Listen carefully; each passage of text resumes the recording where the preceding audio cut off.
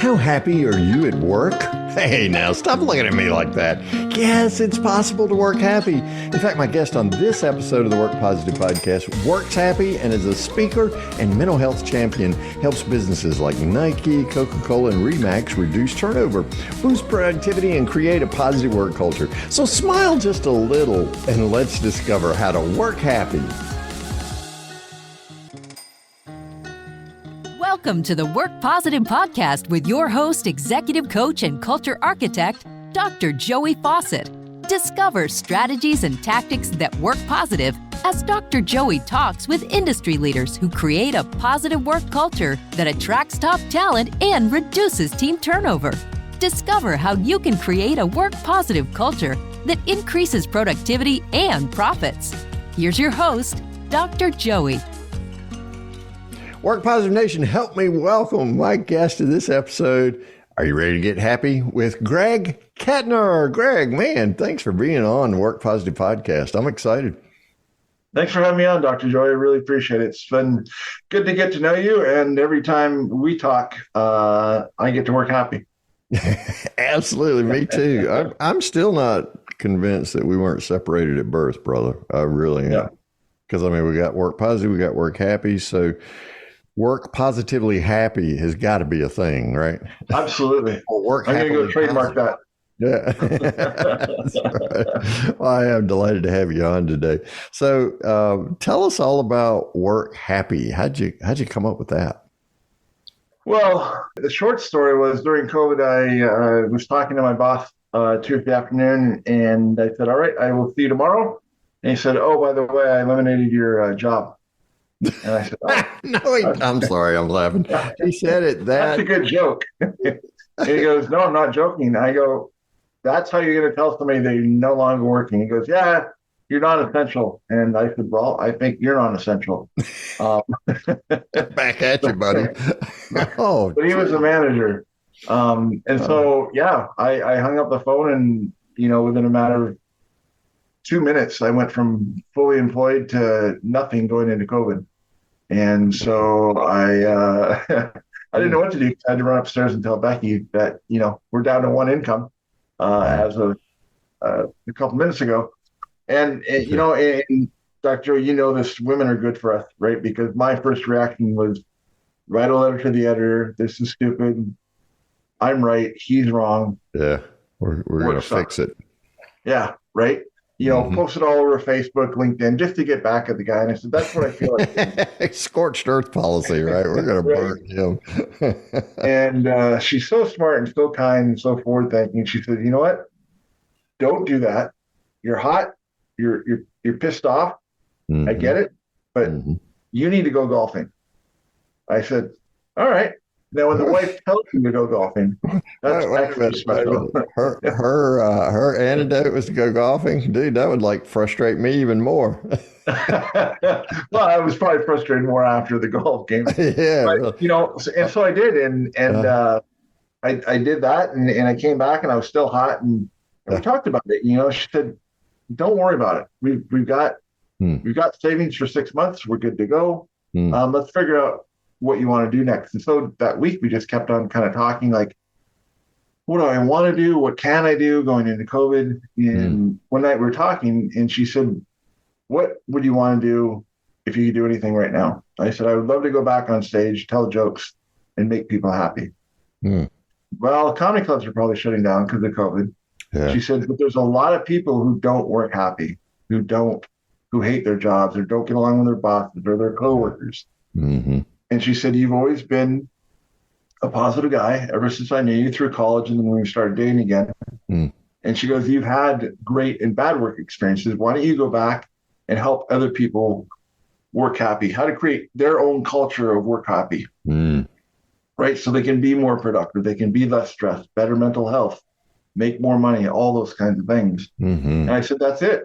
And so I got on, I started Googling work happy and there's nobody going with it. So I just started building. I started reaching out to people on LinkedIn, got connected with people like you. And it's just been very empowering and very fulfilling because my whole career, I've been in sales and it was always, okay, I got to get more money. I got to, become manager, move my way up. Right. But for the first time in my life, the last 3 years, I haven't been chasing money. I've been chasing service. How do I help other people learn what I've learned through hard knocks and studying and managing and leading and all those kinds of things. And the conversations that I have after I get off the stage or during coaching sessions, right, about how people just aren't truly happy, and giving them ways and means on how to do stuff, whether it's mindset, communication, all those kinds of things. And so it's just been a pleasure helping people. And the biggest passion that I have is helping people have conversations around mental health. Right? We've all gone through it, especially the last 3 years. Ooh. If anybody says, no, I'm fine, I'm like, yeah, you're the unicorn. No, they're lying, man. They'll lie to you about other stuff too. Yeah, send you to the Smithsonian for proof. But, and I thought that, mental health, why would I ever ask anybody how his headspace is or, that. But 5 years ago, my stepdaughter lost her dad to suicide. And I didn't know him really well. We went to college together. And I thought, I'll just be there to support my daughter, my stepdaughter, and Becky. And then I saw the effect that I had on them, and it really affected me. And so I really dug in and took classes and listened to seminars and whatever I could get my hands on, right? To how do we talk about this? How do we have a conversation before an incident rather than after the incident? So my passion is speaking to people and letting them know that it's okay to talk about mental health. And when I do, and we've had this conversation before, every time you talk to somebody, that person goes, oh yeah, I've been there, done that. Or I know somebody's gone through that. Or I've lost somebody from suicide. I may have had thoughts of suicide myself, right? So we're all thinking, oh, I got to keep it together because everybody else is keeping it together. But if we just talk about it, it's so refreshing, right? Because every time I talk to my friends, I end with, how's your headspace? Right? And they know if they're struggling, they can call me, or I know that I can call them. So that is what my passion is. How do we create a culture where people can take these steps to create their own work happy culture that works for their organization? Yeah. And, that's been, as we've talked about before, Greg, offline, that's been one of the amazing benefits that's come out of COVID, is that we have begun to explore more of our humanity, and particularly related to work. And since 70% of our waking hours at least are spent working, right? Yeah. We bring our whole selves to the workspace. And so being able to talk about mental health issues and just seeing those kinds of things come to the forefront now of conversations, that it's okay to have this conversation, as opposed to this whole stoic iron veneer that we try to put on. So I'm really stoked about the potential for humanity becoming more human than we ever have before. And that's really an amazing space that you and I are in to help people work happy and work positive. So absolutely. How do, let's say I'm trying to attract top talent. Of course, some people just want to attract talent of any kind today, right? I need a warm body in seat 3. Yeah, exactly, right? And then 6 weeks later, it's clean up on seat 3. so anyway, how do we take this work happy way of having better conversations, or having some conversations, but certainly better conversations about mental health? How do we take that into the talent attraction phase of our work culture? How do we talk to people about that openly in that getting to know you phase and trying to determine, if they're the best fit in our culture? Yeah. Well, I think it starts with leadership, right? Whether you are at the top running the company, or if you're interviewing people, right? What is your mindset when you're sitting down and interviewing people to help you? Obviously, we need people to help us. But and it's different, right? If you're in manufacturing and you need somebody to do a specific thing, you can train that, right? But you can't train attitude. You can't train personality. You can't train drive. Right. And so I found in my career, when I was leading teams and hiring, I knew that I could teach them how to sell. but I couldn't teach them how to be nice. Please and thank you. How can I help? Right. And I learned over the years as well, too, when I used to go and interview at companies, I was always worried, what are they going to like me? Am I going to say the right things? And then I got to the other side of the table and I'm like, I want to know what this person wants from their job because I know what our company offers, right? Sure, we have good pay, we have benefits, we have, summer barbecue and a Christmas party, but that doesn't necessarily mean that the person I'm interviewing, that's maybe not what they want. Maybe they're an introvert and they want to work from home and put in their 8 to 10 hours a day and do everything and stay away from people. Well, if that job requires that and that's your culture, ask that person what they are looking for, right? Maybe it's a single dad and he wants more time to spend with his kids. So he wants to work from home, have that flexibility, right? So I think it really, to attract top talent, you need to ask what the market wants, right? I know a lot of, I was talking to a friend of mine and he said his company, they're great. Every Christmas they give out a $1,500 bonus and a turkey, which is awesome. But what if 13% of your employees are vegetarian? What does it matter to them, right? They're getting a turkey. Oh, that's great. But so when we ask people what they want, I think it kind of goes, I have a little bit of a variation on the golden rule. Instead of do unto others what you want them to do unto you, do unto others what they want done to them, right? So have those conversations and create a people first culture. We create great communication with people and we give them patterns on how to work and fit into the culture. And that's where the profits end, come out at the end. And that's Richard Branson, right? Treat your employees like gold and they'll take care of your customers. Yeah, exactly. Greg Kettner is my guest on this episode of the Work Positive Podcast. Go right now to Greg Kettner, and that's Kettner with 2 T's, .com. And Fawcett's got 2 T's. So of course, Kettner's and got 2 G's as well. Yeah. GregKettner.com and check out some of the great resources he's got to help you work happy over there. So let's say I begin having those conversations early on and I'm discovering what I can about this person and trying to decide what's best for the company as well as him or her in terms of this culture fit. So let's say that I invite them to come on and work with us, and let's say they're a part of our team. Team turnover is huge today. Yeah. People change jobs probably more often than I do socks in the summer. Okay, not winter, but that's pretty smelly. Yeah, right.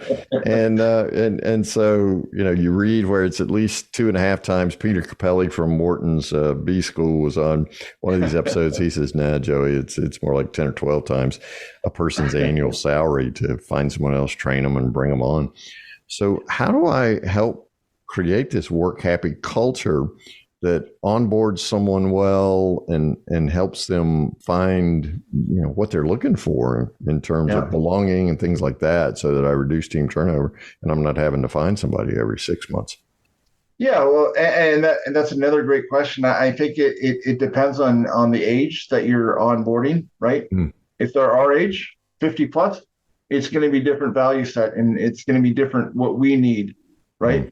We at least I'm at the point now where I'm worried about service to others is my big thing, and money for retirement, right? I mean, my sister just she started college in the fall, so we'll need at least more money for 4 more years. For that. You think it's going to be just 4? I'm trying to trick myself, Joey. Let me know how that works out for you. But, and it's interesting, right? Because we do an interview at the beginning and an exit interview. And I think an exit interview is a waste of time, right? Because typically that person's pissed off. They're not going to give you exact feedback. They're going to give you feedback from everything that's happened from the beginning to then, right? So instead of an exit interview, why don't we have a weekly one-on-ones instead of going, what are your numbers? What are you doing? What have you done for me? How are you? How's your headspace? How's your family? So I think the onboarding should be ongoing, not just the first 30 days, right? We got them up to speed, let them go away. And, and it's just interesting, even the interview questions. I remember once because I did stand up back in the day. They asked me, and I had a bit of a gap in my resume because I did stand up for 6 years. And she asked me that question that we all love. She's like, "What's your biggest weakness?" I said, "That's easy. My biggest weakness is chocolate cake." It took her a lot longer to laugh, but it's asking the people what they need to fit into your culture. What would you like our culture to bring, right? Because we're from all different kinds of communities and upbringings and race and class, whatever. But ask them, what do you want? What do you want to bring to our culture, right? Maybe there's something that we're missing that we can. And so I think once you get them in and ask them and keep them interactive. I recently read a study that they did during COVID, and they said coming out of COVID, people would rather feel like their voice is heard, that they matter, a pat on the back and a thank you versus a $10,000 raise. I thought, wow, that's pretty incredible. And I was telling a friend of mine, he runs a nursing home, and he had a really great nurse that came to him one day, and she said, "You know what? I found another opportunity. I need to take it. It pays, so much more an hour. I need it for my family." She goes, "I love it here. I love the culture, but this is totally a money play." And he said, "You know what? I just don't have the budget to match. But if anything goes sideways, or if there's anything I can do or reference or anything, I'm all on board." Right? Because he's got a great culture. Right. I said, "Well, how did that go?" And he said, she called him back 48 hours later and said, "I want my job back. Can I still have it?" He goes, "Absolutely." Wow. Because the culture was so horrible, it didn't matter now about the salary, right? She was willing to take that salary so she could have better mental health and enjoy going to work. Boy, that was a really work sucks culture, right? Because if it's right? 48 hours, I thought you were going to say 3 weeks. Yeah, so it's an ongoing conversation. Yeah. We remember that it's people who do the work. And so we're constantly just tapping into their resources and offering them hours. And, how can we do better? It's just continuous learning to improve, right? In terms of the culture.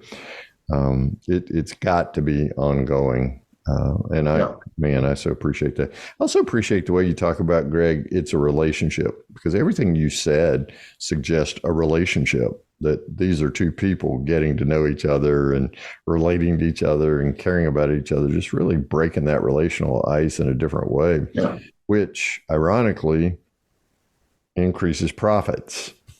Absolutely right. Yeah, drives right to the bottom line. Sounds squishy, but drives right to the bottom line. Yeah, especially if you're a sales organization. Research shows that if you have happy salespeople, people who enjoy going to work, they enjoy the people they work with. And one of the big factors of working happy is having a good friend at work, right? You might not. And a lot of times, right, if I have a really good job, I'm like, well, I want my buddy to come work here. He'd love it here, right? Yes. So you try and bring your friends. But a big factor of working happy is having friends in the workplace that you can lean on for good and bad, right? If something's going sideways with your manager, they work for the same company, they're in the same kind of culture. You can ask them instead of, having a conversation that might go sideways with your boss. But just, and I think, once you get into and retain people, it's like a marriage, right? You start dating and everything's great, and then you get the honeymoon and you get married, and years later, you're just like, okay, well, we have kids and we have jobs. You still have to go out on dates. You have to check in. How am I doing? What else can I do? Here's what I need from you, right? And doing that and getting a culture where your management is checking in on your people, it's absolutely amazing, because you don't have to lose people. If I'm a manager and I say, how can I make this organization better for you? Yeah. Who else is doing that, right? That's right. That's exactly right. I'm chuckling to myself about the marriage metaphor you just used. I like to play this game when I go out to eat. It doesn't matter if I'm with my wife or somebody else. I look around at the other couples in the dining room, and my basic theory is the ones who are talking to each other, who are engaged in a conversation, obviously, talking to each other, they're on a date. The people who are just sitting there, with their phone in their hand or their heads the married down, and they're people. just eating. Those are the married people. I mean, by and large, I know it sounds terribly negative, but by and large, you look around the dining room next time you go out to eat somewhere. I promise you'll see wedding bands on those people who are just sitting there grunting at each other. So it takes effort because it's like we're married, right? And you can just forget to talk to the people around you, much less have a work buddy. But instead, going out of your way to create that work happy culture and just say, how's it going, caring about people other than just what they do. So one of the challenges, it sounds like, Greg, is thinking about work differently so that we can understand that just because I hired you and I onboarded you, now I'm not going to send you off to do your own thing, right? It's like the married couple not talking to each other at the dinner table. So what are some other challenges that you've seen in companies in terms of really creating a work happy culture that attracts top talent and reduces team turnover as well as increasing productivity and profits? Yeah, I think one of them is communication, especially around mental health, right? And my journey with mental health, my stepdaughter lost her father to suicide 5 years ago. So that's top of when I talk to people. How do we, and I'm not a psychologist, I'm not a doctor, but I have the ability to start conversations about mental health. And one of the companies I was working with are a construction outfit out of Montana. So these guys are, working in cold weather, they're men's men. And I got up, and I'm sharing, my keynote, and halfway through I start crying, talking about Rachel losing her father. Afterwards, a kid came up to me and chased me down the hallway as I was leaving and said, "Hey, I have a quick question." He goes, "I joined the company here because my buddy said they really, they talk about mental health and they put that first. They make it a priority, free counseling, all these kinds of things, right?" So this company, Jackson Construction, is doing an amazing job. He said, "But the problem is I've started here now and I have extreme anxiety, and now I have more anxiety because I have to tell somebody else that I have anxiety." Oh, wow. Right. And I said, "Oh, that's a bit of a pickle." I said, who's your manager? Who do you have to talk to? And he said, "Well, it just happened to be the guy that introduced you this morning." I said, "Oh, perfect. We've had a conversation. That's why you brought me in, an outside voice, helping to start these conversations." I said, "All you need to do is text them and say, 'Hey, I would love to go for a coffee. I have a couple of questions about what Greg said.'" I said, "Blame it all on me." He said, "Okay." And I said, "Just have a conversation and let him know that's why you came here, because your buddy was here and you already heard about the culture, and this is what I'm struggling with." And he reached back out to me. He said, "You know what? It was great. We went and had coffee. It was over an hour. And my manager told me," he said, "Look, if you're struggling with anxiety or anything that way, all I need is for you to call and let me know. I'll help you get the resources that you need, and let me know what I need to do for you to cover for you." Here's a manager telling a rookie, I mean, he'd only been there for 2 weeks. "Let me know how I can do your job for you to cover for you. And when you're ready, we're good to go again." And he goes, his anxiety went from very high to very low, right? Because now his manager knows about it and they can have a conversation. And I think that's it's still a challenge. 8 out of 10 people are still not talking about mental health in the workplace because of the shame and the guilt and everything that's associated with it. But when we as leaders share our own story, whether it's personal or whatever it is, we've all gone through it, right? From I feel overwhelmed today to anxiety, I can't get out of bed, all these kind of challenges. But when we share and it's okay to not be okay. And that's where the magic happens. That's where people can have a conversation. That's where I can build trust with somebody that I work with or works for me and saying, "You know what? I've gone to therapy. Have you tried therapy?" Right. And once people know that you've done it and it's worked for you, they want the same thing. And you want the same thing for them as well. And that is so liberating when somebody else goes first, right? It's like, okay, they named it. The emperor really doesn't have clothes on, and suddenly everybody's eyes are opened, right? And you find out, well, Greg dealt with that. I'm dealing with it too. So since Greg can talk about it, I can talk about it. But somebody's got to go first. So Yeah. somebody got to say that, and you're telling me 8 out of 10, 80% of the people in the workforce today want to talk about it and don't know how to talk about it. Absolutely. How can I rise to meet that challenge, regardless of whether I'm in a leadership position or not? How can I decide now's the time for me to begin that very first conversation in our culture, Greg?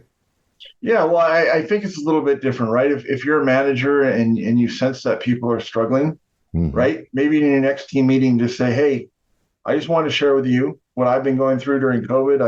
At times I struggle with overwhelm and anxiety, and Hmm. it can be whatever story it is, obviously from the heart and empathetic, Hmm. and to let people know, right? Because Hmm. when I get off the stage, people will come up to me because there's a connection.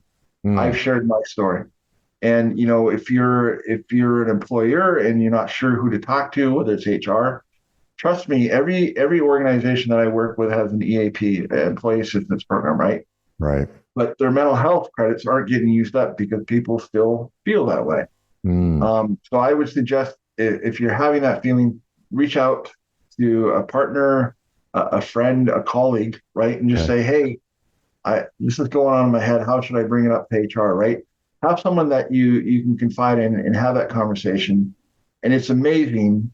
I have them all the time now, and I used to thought, ooh, it's scary, and am I going to catch it, right? Um, Right. but when you have a conversation like that, and be the person that others can rely on and have that conversation, going, you know what? If you want, I'm happy to go talk to HR with you. Hmm.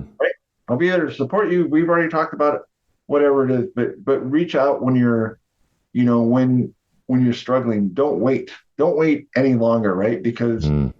it's kind of like holding this glass of water, right? It doesn't matter how much it weighs, but the longer I hold on to it, the heavier it gets. Hmm. And if there's something that's bugging you from 4 years ago, that puts a lot of pressure on yourself. And a lot of times, I mean, I go to counseling, right? When I have an issue, when I struggle, and it's a professional who's gone to school, who have probably told thousands of people the same thing that they tell me, but it works, right? Yeah, right. Yeah, that's why they keep telling people, right? Because it works. But Yeah, and it's I don't know who said this, but they said it's really hard to read the label on a jar when you're sitting inside, oh right? But if you wow, have somebody outside looking in, yeah. they can go, oh, well, there's your problem, and then we can take care of it. And we're all sitting in some kind of jar, Yeah, right? hopefully peanut butter. Well, I was thinking sometimes that jar is a jar of pickles. Yeah, Right? fair enough. Here we are, right? Yeah, It's no sweet, just sour, all right? Because we yeah, all find ourselves in a tight spot like that. So I can just find somebody that I have a good relationship with and say, hey, this may just be me, but here's what I've got going on. yeah, What about you?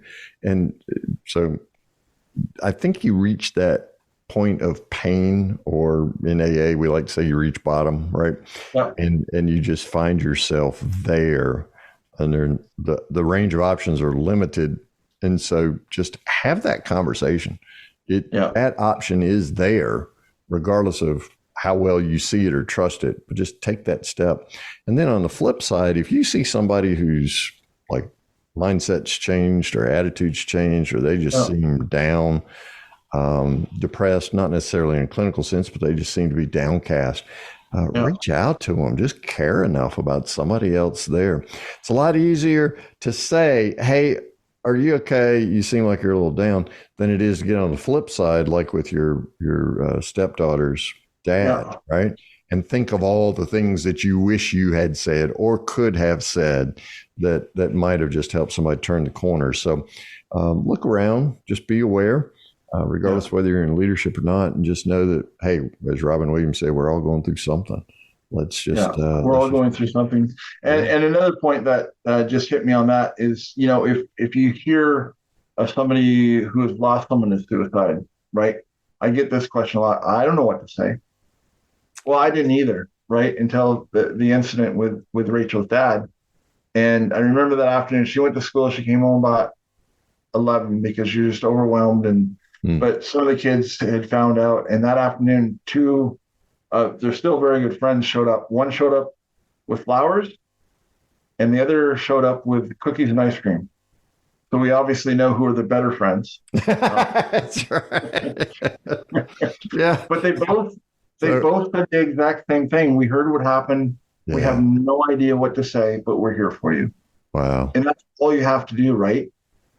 Because that let us know that they were grieving for us, and they were people that we continue to reach out to when we struggle at times, right? Because they showed up. We don't know what to say, but we're here for you. And so that's very key as well too, right? Because everybody either knows someone personally in their life who has gone through this or been left behind, or knows someone who knows someone, and that's just important.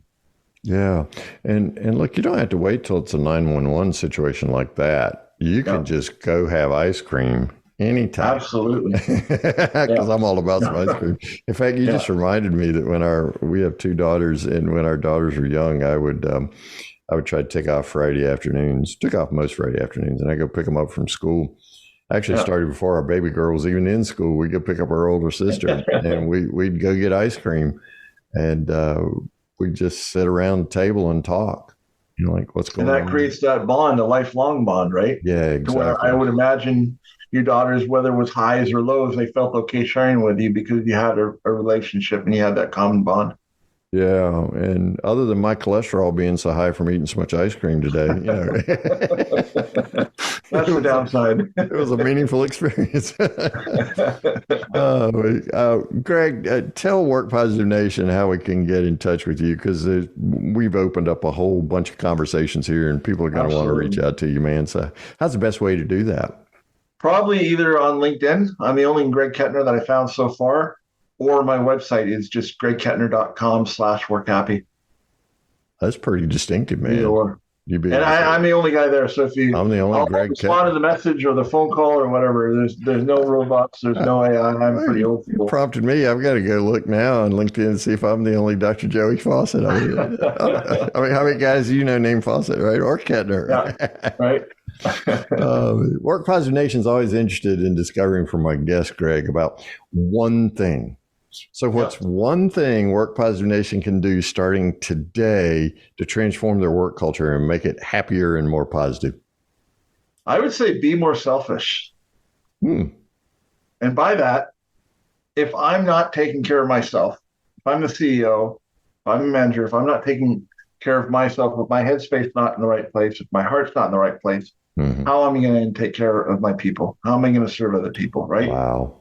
So if we start by taking care of ourselves, and for me, it's a daily thing. I get up, I read, I breathe, I meditate, and I exercise.